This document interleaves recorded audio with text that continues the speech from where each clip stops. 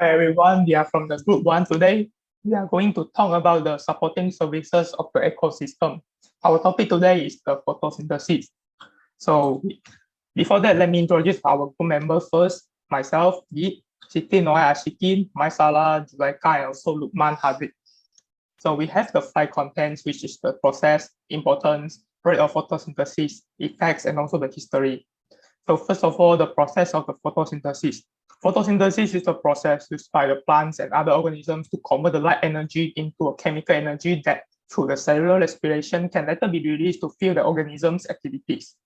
So this is the chloroplast consists of outer membrane, inner membrane, stroma, granum, thylakoid, and also the intergranular lamella. So the photosynthesis actually have 2 reactions, which is the light-dependent reaction and also the Kelvin cycle. We can also call it as the dark reaction. For the light-dependent reaction actually happen in the thylakoid, consists of 2 pathways, which is the non-cyclic photophosphorylation and cyclic one. For the non-cyclic, actually involve 2 photosystems, which is the PS2 and PS1, but for the cyclic, only involved in the PS1. So the products of the light-dependent reaction is that oxygen gas, NADPH, and also the ATP. Now let us look at the Kelvin cycle that happened in the stroma. We have the 4 phases, which is the carbon fixation, reduction, regeneration of libellus, and also the product synthesis. So the product of the Kelvin cycle has the ADP, phosphate, NADP plus ion, and also the organic molecules such as sucrose, lipids, and amino acids. So this is the full process of the photosynthesis. We can actually see that this is the light-dependent reaction is actually very related to the Kelvin cycle. For the light-dependent reaction, supply the ATP and NADPH to the Kelvin cycle, while the Kelvin cycle supply back is the ADP, phosphate, and also NADP plus ion.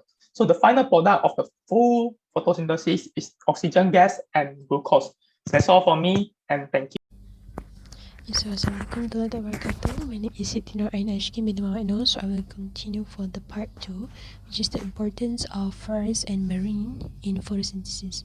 So we go to forest first. So as you know, forest is the house to many living organisms, and it is really precious resource provided by nature.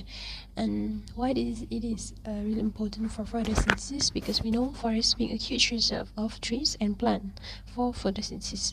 And not on that, forests contribute varieties type of plant, shrubs, or herbs and trees, where the herbivore animals or any animals really depend on it as their main food. And the forest photosynthesis also play an important role in removing the carbon dioxide, the excess carbon dioxide from the atmosphere, as you can see at the right side, which is the photosynthesis play a vital role in turning the carbon dioxide into the carbon in 3 liter fall and biomass, or carbon in water chemistry. So we go to the marine. So would you believe marine microbes actually help us breathe easier, and they is also maintaining our planet's stable climate that allows life to exist. So the phycobiliproteins, which found at cyanobacteria, that we also known as blue-green algae, are responsible in photosynthesis and provide food to other animals in marine and oxygen to our life. The plant-like marine microbes are estimated more than 70%, providing us the oxygen that we need. So we really see that this phycobiliprotein is really important to us for the breathing. So without them, maybe we probably will not have enough oxygen to breathe. So I think that's all from me. Thank you. Assalamualaikum and hi. My name is MAISARAH binti MAISARAH and my material number is 211590. So photosynthesis takes place on land, in the ocean, and in freshwater environments. There are a number of factors that interact to make the process of photosynthesis work.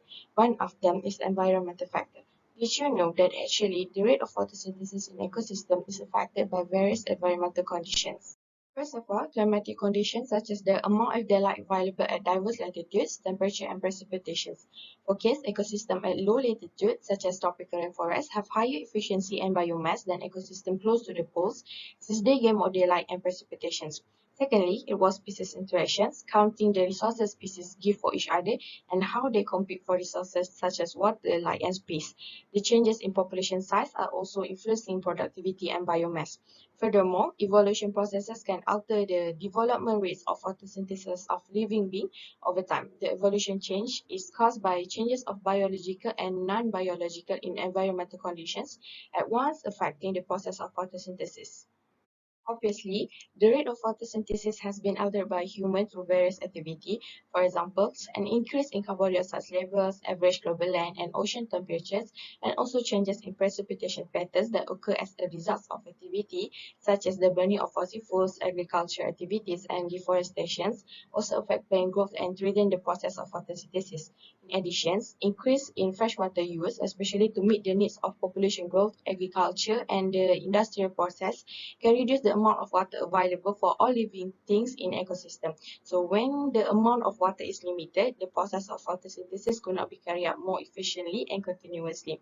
Last but not least, the release of pollutants such as oil, pesticides, fertilizers, and heavy metals. Also the release from human waste, including sewage and trash, which can reduce the growth and reproduction of plants. At the same time, can also reduce the rate of photosynthesis. Hello everyone, my name is ZULAIKHA binti ZURAIDEEY. My matrix number is 209925. Now let's look at the effects if photosynthesis stopped occurring. Firstly, without photosynthesis, plants could not synthesize food for their growth, so most plants would die within a short time. Although some could survive for days and maybe weeks, it depending on how much sugar they had stored within their cells. Large trees might be able to survive longer, maybe up to a few years because of their energy stores and the slow rate of usage. Next, the food chain would definitely be disrupted. With the majority of plants dying, so would all the animals that rely on them for food. And with all the herbivores dead, the omnivores and carnivores would follow soon after, including humans. Even though the carnivores could feed on other animals, that supply wouldn't last more than a few days. Then the animals that temporarily relied on them for nourishment would surely die. Furthermore, let's look at the effects on oxygen. Without photosynthesis, in theory, there will be lack of oxygen because the plants will not be able to produce them. However, the lack of plants to produce oxygen is not the main problem for us, as according to scientists, the atmosphere holds enough oxygen for us to live around 370 more years. Other than that, let's look at the Earth's condition if photosynthesis does not occur. Earth would become much hotter place to live.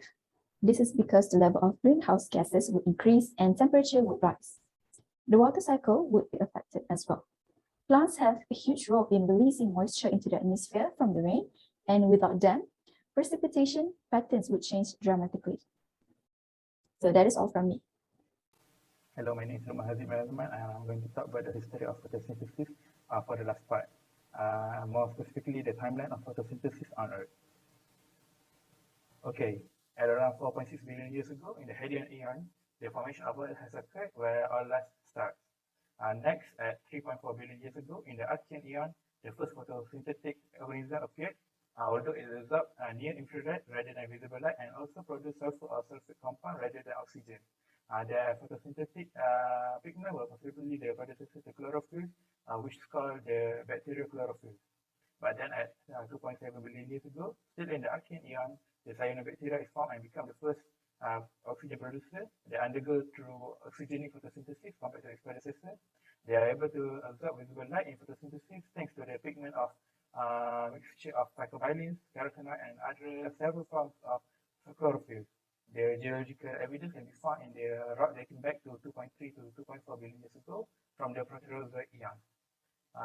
At 1.2 billion years ago, there exists red and brown algae, which are more complex structurally compared to bacteria, and like cyanobacteria, they contain phycobilins pigment as well as other forms of several forms of chlorophyll. And at the current Phanerozoic Eon, from 475 million years ago, the first land plant like mosses and liverworts, which descended from green algae, appeared. They are still lacking in vascular structure, stem, and root, to be precise, and subsequently, the first land plant, they cannot pull water from the soil and are unable to grow tall. But lastly, at 423 million years ago, vascular plant are finally able to evolve and form what we know now as literally garden variety plants such as fern, grasses, trees, and cacti. With their vascular structure, they are able to grow tall canopies to capture more light that absorb it for photosynthesis process to create oxygen that we are breathing in now. All right, that about wraps up our presentation, and I hope you all enjoy. Thank you. That's all.